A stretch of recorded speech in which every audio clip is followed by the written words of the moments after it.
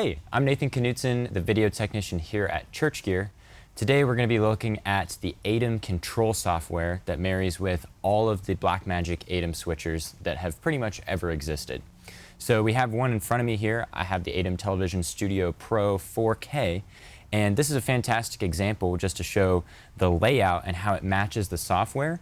However, a lot of BlackMagic switchers are simply server rack units, and they are not going to have all these buttons on it, and you'll need to control it with the ATEM Control software.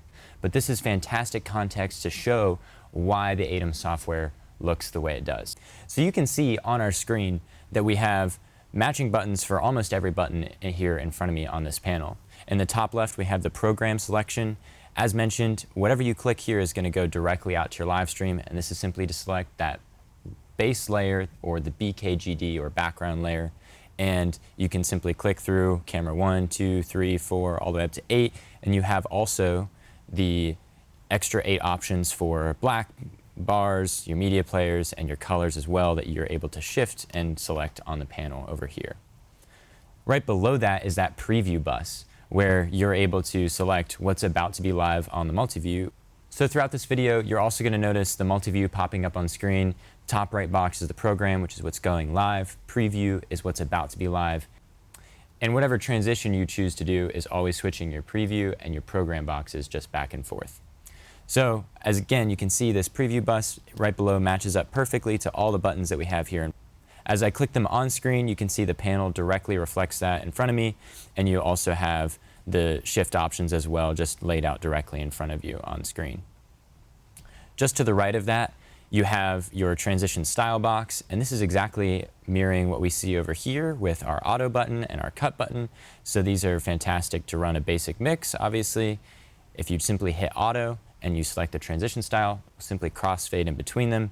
You can also hit cut right here, go back and forth. And you have a previous transition button if you want to use the last one that you used and go back to that one. And you can see right above that you have a couple different transition style options. Obviously there's mix, which is a crossfade. You have dip, which you can configure to dip to a quick picture or a color. You also have wipe, which will be configured to do whatever wipe transition you want. This is a fun little oval one. And I can still select them over here on the panel. I can use both of these at the exact same time. You have a stinger, which is going to use your media player to use images that you have loaded directly onto the BlackMagic switcher as your transition. You will also have the DVE option, which allows you to have full control over having your picture maybe fly in or fly out, and that is also configured later on. Here you can see we just have a basic wipe configured for that one. You can also preview the transition. If you have that selected, whenever you hit auto, it will show you what the transition will look like on your preview before you do it live on your program. So that's a lot of the basic switching for your base layer, simply switching between your camera inputs, nothing crazy, no extra layers or anything like that. But now we're going to move into what you might want to use for your upstream keys and downstream keys.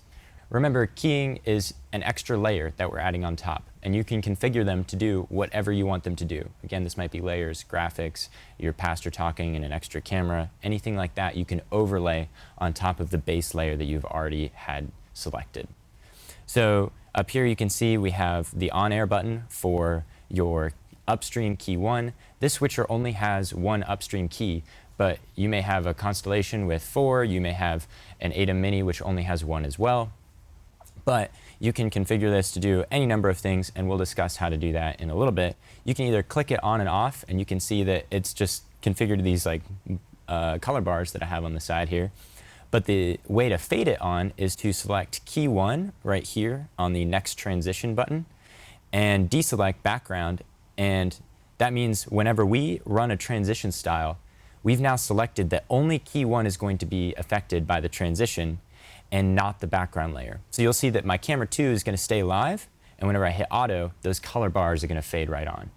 And it will stay that way, and those are going to be the only thing affected by my transition style down below in my auto and cut button until I switch it back to the BKGD. You can have both selected and both are affected, so if you want to fade both at the same time, you can see it now goes to camera 1 and turns on that upstream key at the same time. And then I can just simply deselect key 1 and say, hey, go back to just switching the background layer below, and you can see that the color bars are going to stay there even though I'm switching back and forth underneath in the transition style box. Right here in the middle section, you're also going to see a virtual T-bar. Technically, you can drag this up and down on the ATEM software, and you can see it kind of does this half fade, and I can just leave it there in the middle, and it'll actually be both on top of each other. However, this is really clunky to use, and if you're using the software, I would highly recommend just using the auto button and don't use a manual transition. If you have an ATEM switcher in front of you, this fader is so much easier to use and keep consistent and just push it with your finger compared to having to click and drag over here on the laptop is super clunky.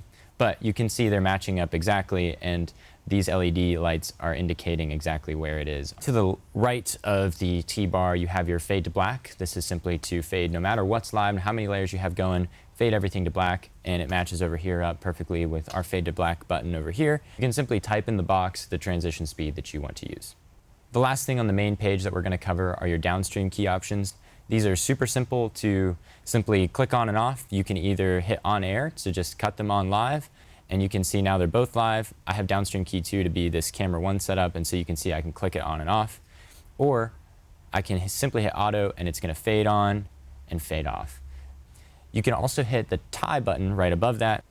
You also have a transition rate option right here that if you want to make it faster or slower, you can just click in these boxes and type in the speed at which you want it to fade on and off whenever you hit auto. And then you can also hit the tie button to tie it to whenever you hit the main auto button down below. This means whenever you hit auto here, it's going to fade on both downstream keys whenever you have it selected, and whenever you click it again, it's going to fade them off. So that's about everything you need to know about the ATEM Control software as far as it goes with basic switching. If you want to know more about configuration or keying options or your multi-view settings, or even the hardware of this panel itself, we have videos about that as well. We also sell gear like this on churchgear.com.